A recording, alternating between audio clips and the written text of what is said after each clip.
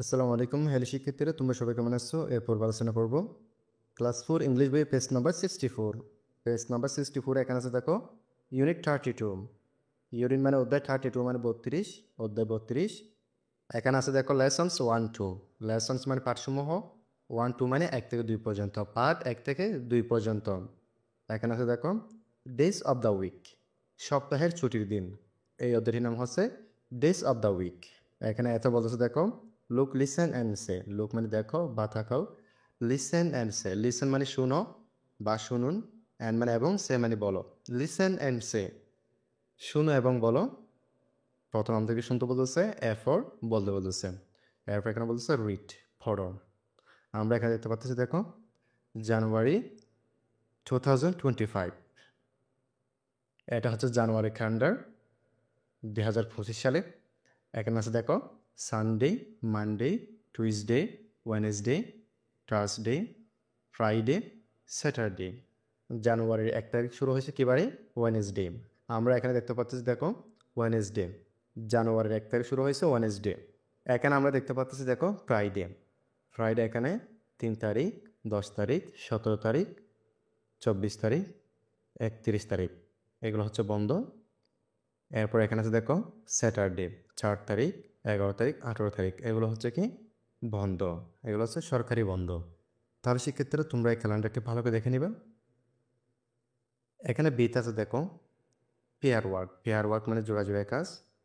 এরপর এখানে বলছে আনসার দ্য কোয়েশ্চনস, প্রশ্নগুলোর উত্তর দাও। এখানে নিচে কতগুলো প্রশ্ন আছে দেখো 1 থেকে 5 পর্যন্ত, এগুলোর উত্তর দিতে বলতেছে, দলগতভাবে এগুলো উত্তর দিতে বলতেছে। এখানে প্রথম আছে দেখো what day is the 1st of January. What মানে কি, ডে মানে দিন, ইস মানে হয়, দ্য ফার্স্ট মানে প্রথম, অফ জানুয়ারি মানে হচ্ছে জানুয়ারি মাস। What day is the 1st of January, জানুয়ারির প্রথম দিন কোন দিন, অর্থাৎ জানুয়ারির 1 তারিখ কী বার। আমরা লিখতে পারি, এর উত্তর লিখতে পারি the 1st of January is Wednesday, জানুয়ারির 1 তারিখ বুধবার। 2 নম্বর আছে এখানে দেখো what day is the 3rd of January, জানুয়ারির 3য় দিন কী বার।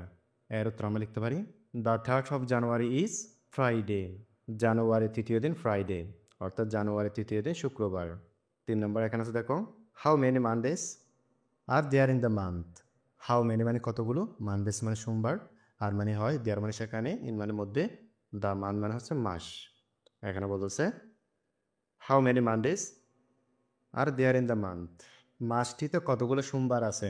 এর উত্তর হবে there are 4 Mondays in the month, মাসটিতে 4টি সোমবার আছে। 4 নম্বর এখানে দেখো what is the first Monday of the month. What মানে কি, ইস মানে হয়, দ্য ফার্স্ট মানডে মানে সোমবারের প্রথম দিন, অফ মানে দ্য মান্থ মানে মাস।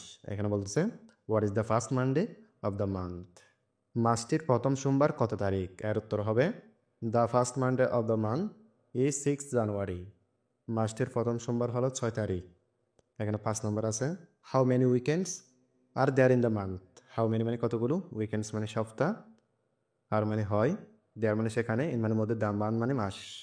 How many weekends are there in the month, মাসটিতে কতগুলো ছুটির দিন আছে। এর উত্তর হবে there are 5 weekends in the month, মাসটিতে 5 দিন ছুটির দিন আছে।